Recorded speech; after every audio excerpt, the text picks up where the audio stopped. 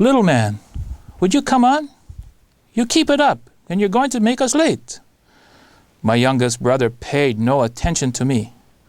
Grasping more firmly his newspaper-wrapped notebook and his tin-can lunch of cornbread and oiled sausages, he continued to concentrate on the dusty road. He lagged several feet behind my other brothers. Stacy and Christopher John, oh, welcome. Today's reading. Welcome to Introduction to Reading. Reading can be fun. Reading can be very boring. Reading can be the key to many things. In this class, I want to help you understand how to teach reading. Welcome to the Introduction to Reading. The theory that we have today comes from Penny Ehr's book, A Course in Language Teaching. Penny Ehr says, decoding and understanding equals reading. Decoding is just sounds. Sounds like phonics, vocabulary. Just decoding, understanding words is reading. The problem is understanding. Reading is more than phonics, more than just sounds. A, E, A, O, F, B. Reading is more than vocabulary. Knowing words is nice. Many people read, but they don't understand. Reading is more than sight words. Sight words are a picture and a word. So you learn sleep, and you read sleep, but you need the picture. The theory is that if you start with phonics, you go to vocabulary, and in the end, you read better. Sight words, like this picture, is much faster, but later, you don't have the sound. So reading is more than phonics, more than vocabulary, and more than sight words. You need to balance sight words, phonics, and vocabulary in the beginning level. And when you get a little bit more, vocabulary gets bigger, reading is more fun. Reading is enjoyable, and you want to read every day. When you are a baby, what do you learn first? You learn sounds. Ma, Opa. Very simple. So, in sequence of reading, learning to read, you need to have some phonics. You learn it after phonics. Then you learn some basic vocabulary. Sight words, tired, sleeping, happy. We use our body, and we use a little bit of phonics equals vocabulary. Everybody understands the little baby vocabulary. Then we start speaking. And we say simple words. I'm tired. Mommy. Daddy. And everybody's excited. But then you start reading. You don't start reading first. There's a sequence. 1, 2, 3. And what is missing? Do you know what's missing? What's missing from here?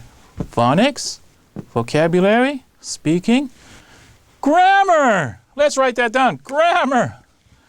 Grammar. Do you like grammar? I like grammar. Actually, grammar is really terrible topic to study. Really. Reading is so much more fun. But there's no grammar. Grammar is in here or here. But not in reading. Reading, we will find later, helps us with grammar. But we don't need grammar to do reading. We need phonics, we need vocabulary, and we need a little bit of speaking. With everything, there's always lots of rules. But you need to learn just a couple things when you're teaching readings. Reading has just a little bit of rules. For low learners, very low beginner readers, you need balance on sight words, build vocabulary quickly, and phonics, so they can sound the words in the book. But why? Why use two ideas? Why not just one? You need two because every student is different. Some students, they need phonics. Some students learn better with just sight words. But there's one more reason. Today, many of your children in your class have the DNS, that little tiny box, and they're going with their visual game. They need a visual culture. And so sight words like this one that we showed are very important. Pictures are important. They have a strong visual culture, and the picture will stimulate them. So you need to balance your visual, your pictures, with your phonics, your sound together. Why read when you can play games? A silly question. If I asked my children, they would say, "Oh, reading is too boring." And that's true. Why read? Regular means maybe 20 or 30 minutes every day. Regular reading will give you better comprehension. You can understand conversation better. You can understand your teacher better. You can understand your textbook better. You can get better test grades. We want that. Better grammar. Oh, I hate grammar. But reading every day helps you understand grammar better. Topic development. When you get a little bit better reading, you start thinking about an idea better. One idea and a bigger idea equals a chapter in a book, equals a whole book. One idea gets bigger and bigger and bigger. That's why read? We can get better test results. We can get better understanding. When you meet a foreigner, when you want to talk to somebody, you can think, just like the book helps you with conversation, because books always have some conversation.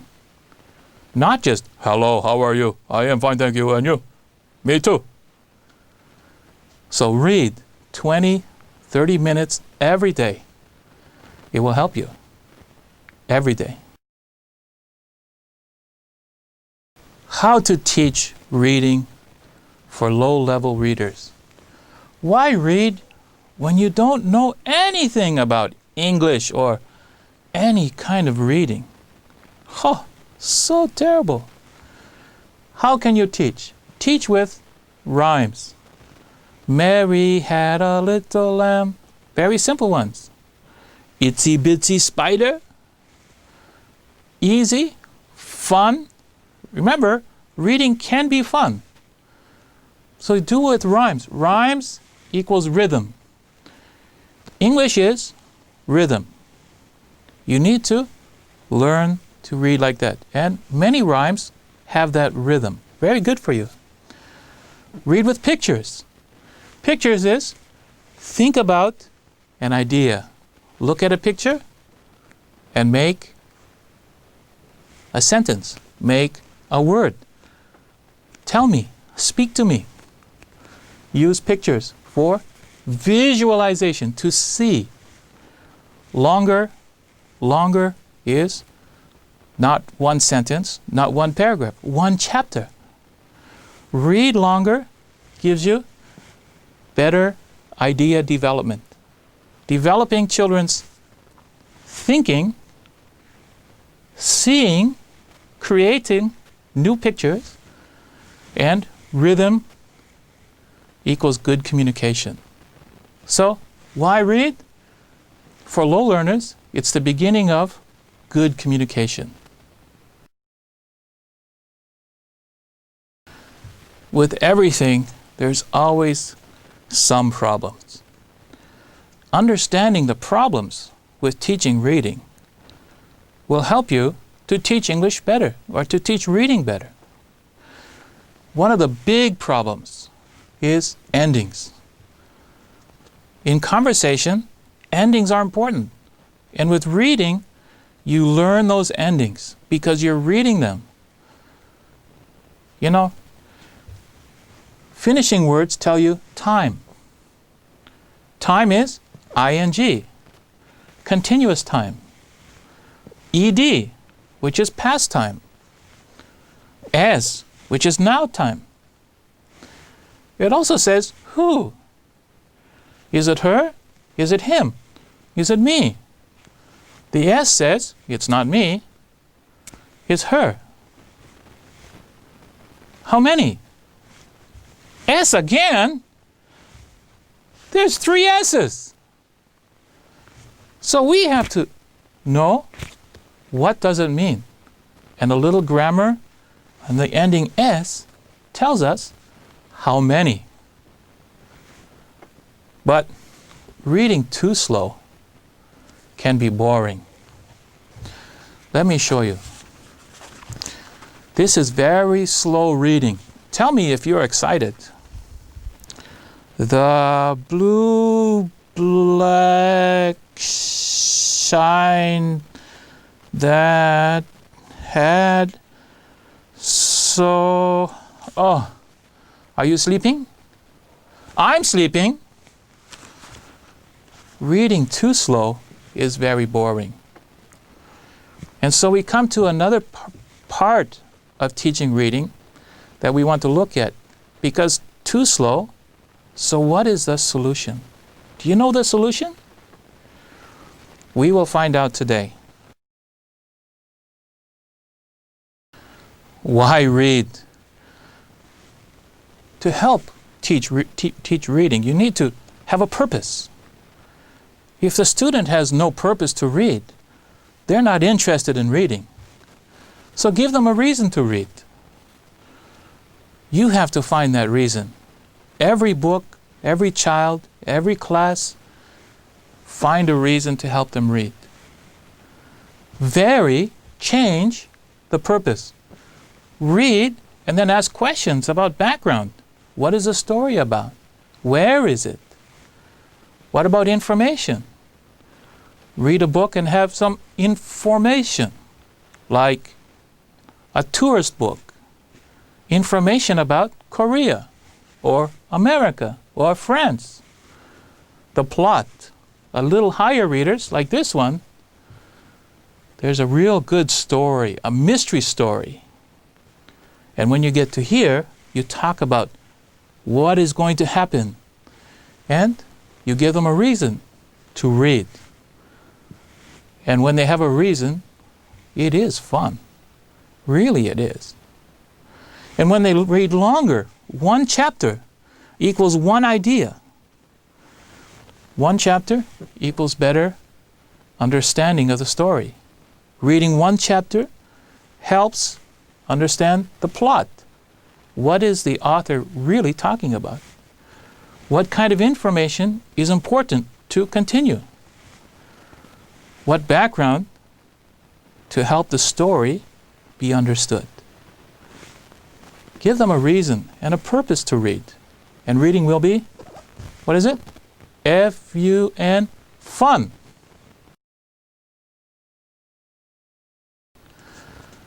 Teaching reading, you need to prepare your students. If I said, read this book, and you say, oh, I can't read the book. Why not? Why can't you read the book? Is it a bad book? It's not this is grade 5 English, grade 4 English.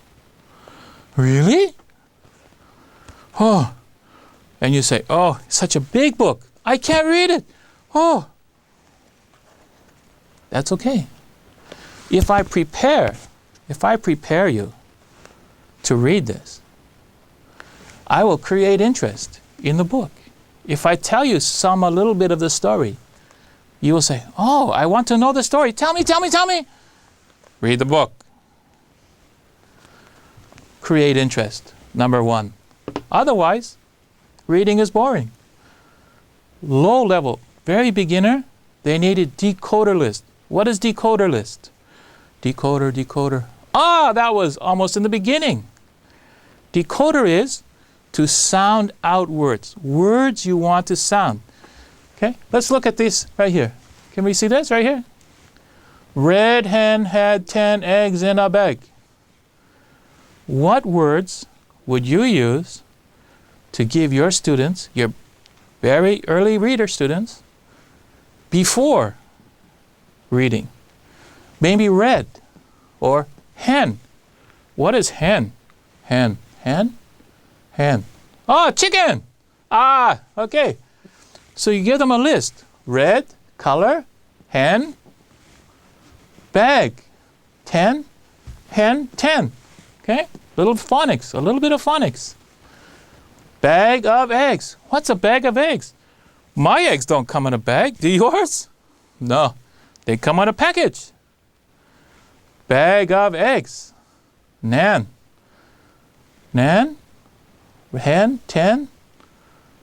Egg, rod, rat, bad. All these are phonics words you can give to your students before they read. Practice. Then they're reading, they don't go red.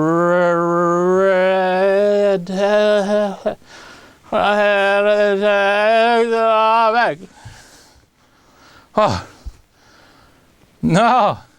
They can read it because they practice. You gave them the decoder list. Red hen had 10 eggs in a bag. No stopping. Young readers, high readers, don't stop. Don't say red hen, hen. Oh, dictionary. Oh, chicken. Oh, had. No, it's not in my dictionary. Oh, had. Teacher. No. Practice, decoder list, and then read. Red hen had 10 eggs in a bag. The bag of eggs was for Nan. Read, no stopping. High levels, take a book. Read a chapter. That's what you want to do.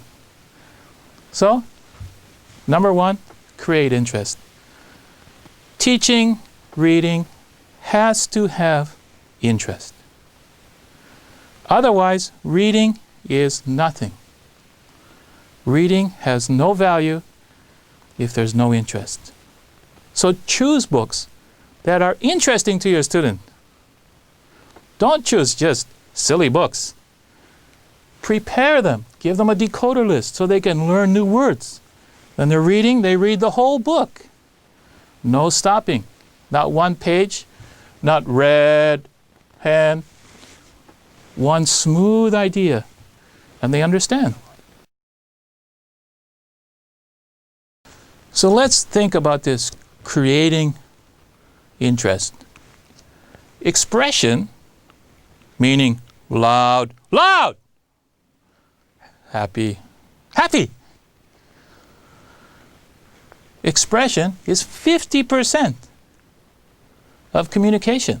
So when you're reading, learn to read with expression in your mind, in your head. In a classroom, you want to teach reading so students go up and down, loud and soft. Action. What is action? Let's look and see what action is. Can we read this? Let's do it together, okay? Together? Red hen had 10 eggs in a bag. The bag of eggs was for Nan. Rat was a bad rat. I like eggs, he said. Oh, that was hard. One big breath. So, let's try it with expression. And action. You need action. Red hen had how many? 10. So get your students to go 10. 10 what? Eggs. Eggs. Eggs. Eggs. 10. In a bag. Bag. The bag of eggs was for Nan. Rod Rat was a bad rat. I like eggs, he said. Which is better? Red hen had 10 eggs in a bag. You like that? Oh, I don't understand. Oh, so communication, comprehension, understanding equals red hen had 10 eggs in a bag. Oh, now I understand. So, when you're teaching reading, read with expression. Read with action. And reading is fun. F-U-N, fun. If you go, red hen, your children will go,